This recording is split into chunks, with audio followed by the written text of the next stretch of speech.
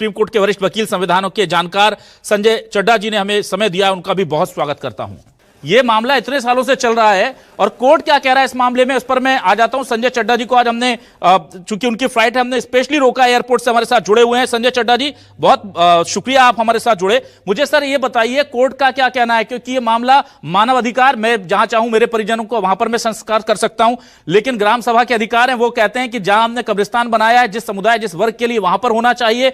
ये human rights versus जो एक हमारी जो नोडल एजेंसीज हैं या जो हमारी अथॉरिटीज हैं, उनके अधिकारों के बीच में सीधा टकराव है। सुप्रीम कोर्ट में मामला पहुंचा था, क्या वो कहता है, क्या स्पष्ट होती है स्थिति? सबसे पहली बात कि ये एक बहुत दुखद बात है कि इस तरह का मुजाहरा, इस तरह के प्रदर्शन, इस तरह के जो चीजें हैं वो सामने हर दिन आ रही हैं, जैसा आपने बताया, और कितने बड़े क्षेत्र में आ रही हैं, कितनी बड़ी आगजनी हो रही है, लोगों को चोट लग रही है। मैं तो ये कहूंगा कि ये प्रशासन की, आपने सवाल पूछा था किसी से, लेकिन जवाब मैं दे रहा हूं, प्रशासन की संपूर्ण रूप से एक चूक है, पहली चीज। अब मैं आपको बताता हूं कि व्यवस्था क्या है कानून की।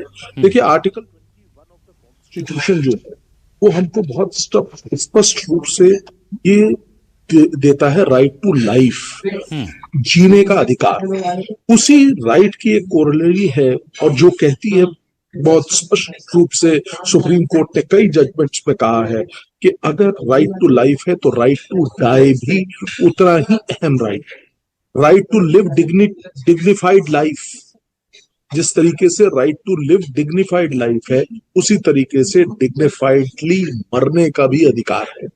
और मरने के अधिकार में साथ में एक और बहुत अहम बात सुप्रीम कोर्ट ने कई केसेस में कही है, मैं उनका यहाँ पे वर्णन नहीं करना चाह रहा हूं। ये भी सुप्रीम कोर्ट ने कहा है कि मृत्यु डिग्निफाइड वे में होनी चाहिए, उसका जो शमशान में ले जाना और जिस तरीके की जो दफनाने की प्रक्रिया है वो भी एक बहुत ही डिग्निफाइड मैनर में होनी चाहिए। ये राइट टू लाइफ में है, और राइट टू लाइफ हम सब का सबसे ऊपर वाला अधिकार है। सबसे बड़ा अधिकार अगर किसी से आप पूछें तो वो है राइट टू लाइफ। अब आ जाता हूं, अगर इसको दफनाने को लेके कोई डिफरेंट तरीके की बात करेगा, जो मैं चाहता हूं, अगर मेरे को दफनाना है, मेरे परिजन जो चाहते हैं उस तरीके से अगर ये नहीं है, तो आर्टिकल 21 का वायलेशन है, आर्टिकल 14 का वायलेशन है, आर्टिकल 15 का वायलेशन है। तमाम जो सर्वोपरि फंडामेंटल राइट्स हैं उनका वायलेशन है। ये तो एक हो गया, एक आधारभूत सिद्धांत, एक कानून की व्यवस्था, एक कॉन्स्टिट्यूशन में निहित प्रोविजंस की व्याख्या। अब जो हो रहा है, मेरा ऐसा मानना है, और मैंने वो जो जजमेंट था बघेल जी का, Baghel versus state of Chhattisgarh, उसमें बहुत स्पष्ट शब्दों में 2 जजेस थे, वो मामला 2 जजेस में फाड़ जजमेंट था, दोनों नहीं को रहे थे कि कहाँ करना चाहिए दफन, तो उसलिए उसको तीसरी बेंच को नहीं रेफर किया गया, क्योंकि समय नहीं था। 40 दिन तक, जैसा आपने फरमाया अभी, 40 दिन तक लाश को रखा नहीं जा सकता था। तो उन्होंने कहा कि अब इस चीज पे एक रूपता, एक मत होकर इसको शहर के बाहर कर दिया, जिससे कि सामान्य स्थिति प्रवेल हो जाए। वो प्रशासन की जिम्मेदारी थी। यहाँ पे 2 बातें बड़ी अहम, ये जो स्थिति की खराबी है, ये प्रशासन का फेलियर है, बिल्कुल स्पष्ट शब्दों में, और ये प्रशासन को इसके लिए कार्य करना चाहिए था, अपनी ओर से पहले से तैयारी करनी चाहिए थी, जो नहीं करी, जो उसमें कोताही है।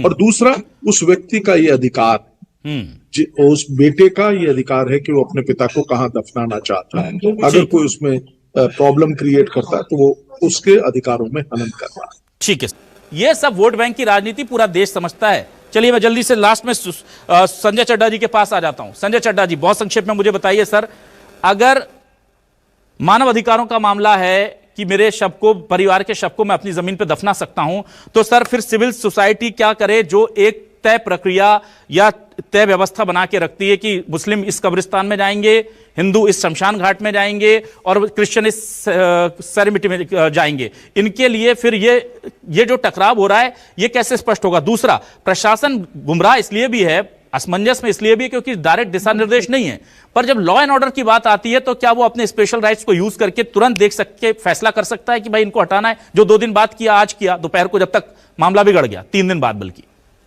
देखिए, पहले दूसरे सवाल का जवाब पहले दे रहा हूँ। लॉ एंड ऑर्डर की सिचुएशन को सही करने के लिए, यथास्थिति को अच्छे ढंग से निपटाने के लिए मुझे लगता है कि प्रशासन, मुझे लगता नहीं, स्पष्ट रूप से प्रशासन के पास पूरी शक्ति होती है जो right decision on the spot है, जिससे कि लॉस ना हो सके प्रॉपर्टी को, आम जनता को, इत्यादि।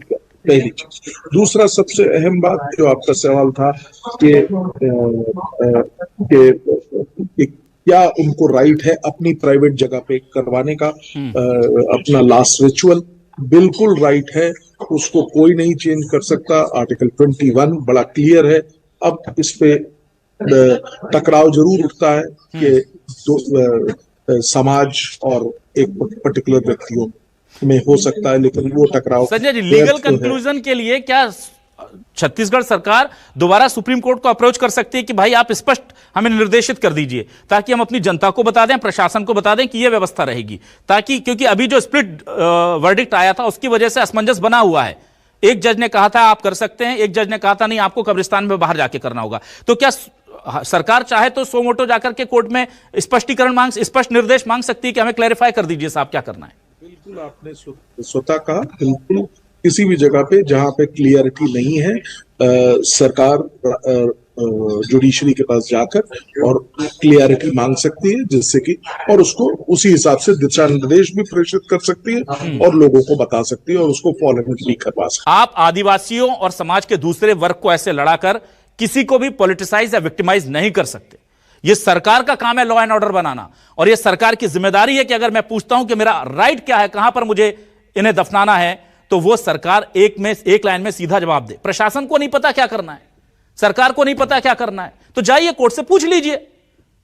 अगर मैदान में फैसले होते रहेंगे तो फिर सरकारों की जरूरत क्या? आप बताइए। अगर डंडे और लाठी से कल ईसाई समुदाय ने आदिवासियों को घेर के मार लिया, आज वो भारी पड़ गए, उन्होंने चर्च में आग लगा दी। भाई, अगर लॉ एंड ऑर्डर की व्यवस्था नहीं होगी, स्पष्ट कानून नहीं होगा, तो यही होगा ना। और कानून अगर नहीं है या स्पष्टता नहीं है, तो ये आदिवासी थोड़ी जाएंगे दिल्ली पूछने सुप्रीम कोर्ट से कि हम क्या करें, या ईसाई समुदाय थोड़ी जाएगा। यह सरकार की जिम्मेदारी है कि आप तय कीजिए और सारे पूरे बस्तर में एक एक गांव में जाकर के यह चीज मुनादी कराइए कि भाई सुप्रीम कोर्ट ने यह फैसला दिया है, अब यह व्यवस्था रहेगी, कोई गड़बड़ नहीं होनी चाहिए। सरकार इसलिए करने दे रही है, होने दे रही है कि शायद उसे जल्द से जल्द कड़ा कानून ना लाना पड़े। सुप्रीम कोर्ट में जाके अर्जी लगाइए, वहां से सॉल्यूशन लाइए। बस्तर की अस्मिता को, भोले भाले आदिवासी ईसाई समाज के सेवा भाव, इन्हें कम से कम ताक पर मत रखिए। बहुत शुक्रिया संजय चड्ढा जी।